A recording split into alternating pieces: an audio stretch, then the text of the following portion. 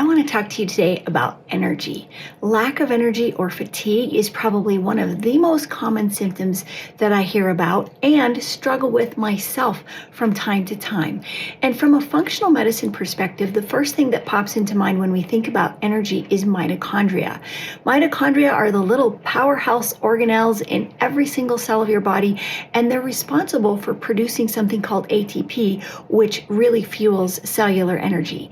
Well, we could spend a lot of time just simply talking about mitochondria and all the reasons that they can be damaged or affected and have less energy production than optimal, but that's not actually what I want to focus on today.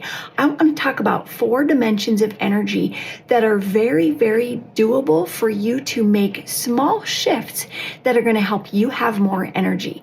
We're going to look at each of these 4 areas from the perspective of what things can provide a gain in this realm and what things might be causing a drain. And down below in the comments, there's a little worksheet that you can print out for yourself and do this for yourself. I believe that knowledge is power, but it truly is only potential power unless you put it into action. And my hope is that in this video, you're going to actually print out that worksheet and put this into action and start doing some things that are going to help you build and protect your energy. So the first realm is, of course, physical, and this is a big one. This gives us the physical strength and stamina to do things and to accomplish the things we want. Well, lots of things can drain our physical energy. A really big one is sleep. And so if you're not having optimal quality or quantity of sleep, it's going to drain your physical energy. So if this is a struggle for you, this may be something you want to work on helping you create more gains. There's all kinds of ways that you can improve sleep quality, and sleep quantity. This is just one example in the realm of physical energy. Food is another one, but it isn't just eating enough food. Sometimes it's eating the wrong foods. Think about how you feel after Thanksgiving dinner, right? We just ate a huge meal, but we don't feel energized. We actually feel drained. So what kind of food you're eating can cause a gain or a drain of energy, and that takes some nuance and work.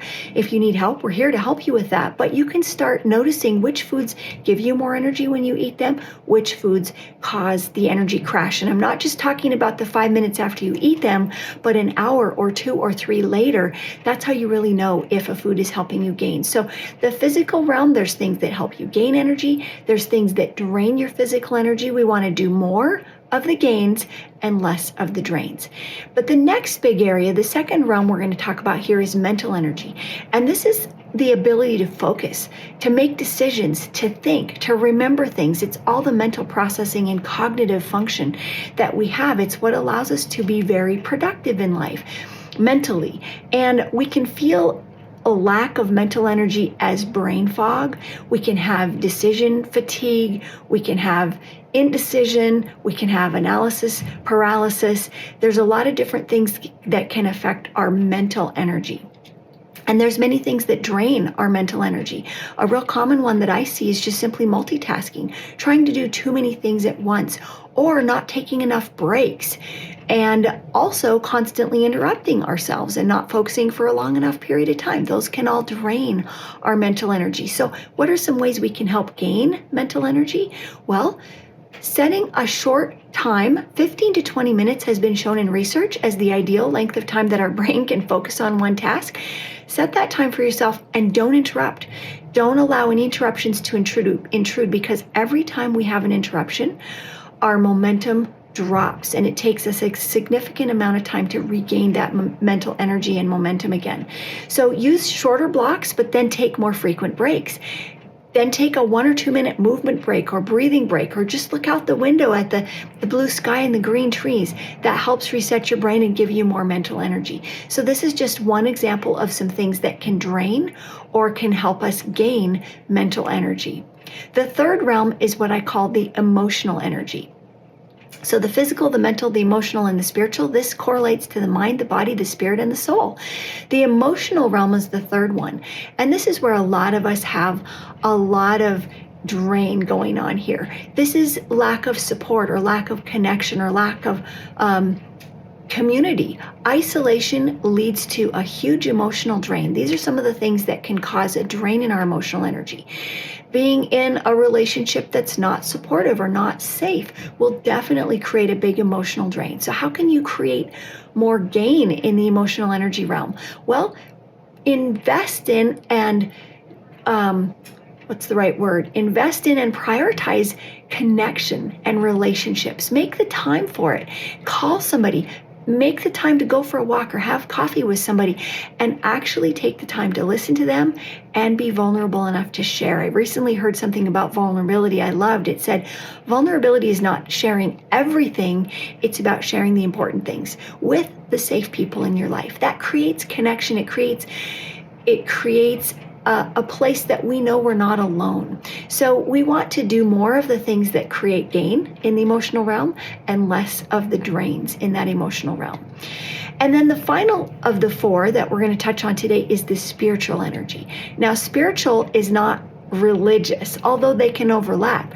Spiritual is about the meaning and purpose in our life. We all have purpose, and it doesn't have to be a grand purpose like changing the world. It can just be the purpose of making a difference in the life of the person you love the most. Maybe it's your husband or your wife or your kids or your grandkids. That is a purpose big enough for all of us. It doesn't have to be huge. It can be small, but having a purpose and knowing that we can make a difference in our world is what having purpose is all about. It's also sometimes knowing our place in the world. And for me, that's really knowing that I'm connected to something bigger. For me, it's God.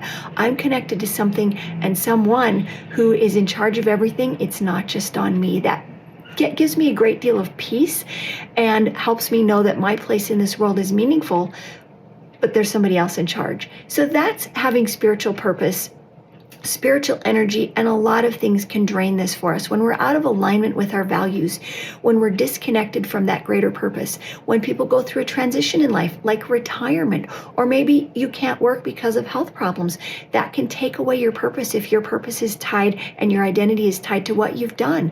It's a chance now to explore finding purpose and meaning in other areas. So we can have a gain here by getting more clarity about our place and connection in the world and our purpose and making a difference. So these are the four realms that I like to think about when I'm working with someone to help you build, protect, and maintain your energy. The physical, the mental, the emotional, and the spiritual. The mind, the body, the spirit, and the soul. And when we do more of the gains and less of the drains, you're going to see a difference in your energy level. Let me know how it goes. Download the worksheet. Pick one area that you can do a gain and one area and more of the gain and one area that you can do less of the drain. I know it's going to make a difference for you.